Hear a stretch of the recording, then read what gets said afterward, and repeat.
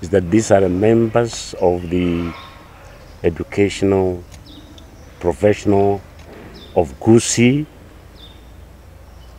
who are representing the very many other people who are not with us today, who are aware that we are here today, at least to talk to you and talk to Kenyans and Abagusii for that matter. We are here to tell the Kenyans that we also need to be respected as Abagusii community. And that is exactly what is going to be read to you. We want also to tell people, and the Abagusii in particular, that we need to respect one another if we indeed really want Gusii to grow. This is the message that we want to pass over to everybody else, in the government and in the communities. So, as the statement is going to be put across to you, I am sure after the reading, maybe you will be having some other issues that you may want to know from us. Then we shall be in the position arising from the statement that will come to you so that we are able to respond as you may want us to respond. So for that matter, we welcome you. We hope you will take up the matter the way it will come to you and make sure that everybody knows what is the feeling of the educational sector, particularly in Gusii and concerning the Gusii community. We thank you, and I call upon the Secretary now to read the statement to you. This is our statement dated 14th March 2023 at St. Vincent Pastoral Center, Gusii. And it is titled, Stop Mistreating Matiang'i. We as education professionals demand. So, and I begin. As Gusii professionals in the education sector, we have gathered here today and deliberated on the mistreatment of our colleague, Dr. Fred Matiang'i, by the current administration. Following our extensive consultations, we would like to state as follows: that he, Fred Matiang'i, is Gusii's foremost leader and son, who was a loyal and a trusted workaholic in government, cutting his image as a national figure capable of transforming this nation. We allowed Education CS, Honorable Ezekiel Machogu, and other Gusii leaders for their efforts in uniting the Gusii community in the recent past. And we've seen it across social media platforms and mainstream media. It is a positive development to forge Gusii unity among leaders and citizens.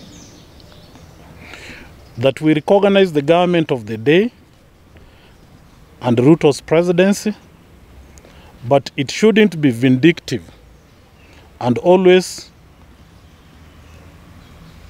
be on the rear mirror instead of focusing ahead. That our colleague Dr. Matiang'i served with unmatched distinction as a cabinet secretary in the Interior, Education, ICT, and lands dockets in the Uhuru administration.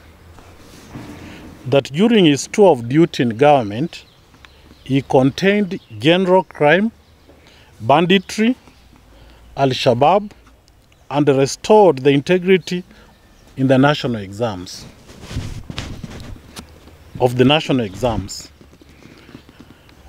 That we take great exception to the recent attacks on our colleague, which showed disrespect for the Gusii nation as a whole.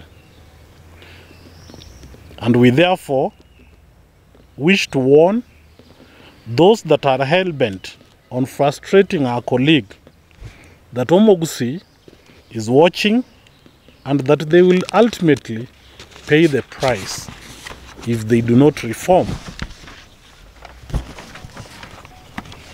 Henceforth, we shall not tolerate juvenile attacks, not only on his personality, but also within, amongst themselves. We desire a scenario where Gusii leaders respect one another and speak with one voice. That we don't expect the president who professes the Christian faith to be vengeful in the conduct of government affairs. Matiang'i was being loyal to his boss at the time through his conduct, and the then deputy president, who had, as we all know, by that time moved to the opposition within government. The president would demand similar loyalty from his cabinet secretaries in the current administration. That throughout the history of this country, since independence, holders of the interior and national security dockets were respected and treated as such, not what we saw recently happening to Dr. Fred Matiang'i. That the mistreatment of Matiang'i will only serve to alienate the Gusii nation or Gusii community's political support. By failing to appoint a single principal secretary from the community is illustrative of the president's little regard for the Abagusii community. Despite the huge numbers that he garnered in terms of votes from Gusii as a region, Gusii land as a region. That Matiang'i has nothing to be apologetic about for his conduct as a cabinet secretary, and like every Kenyan, he should be allowed to enjoy his inalienable rights, including freedom of speech and association.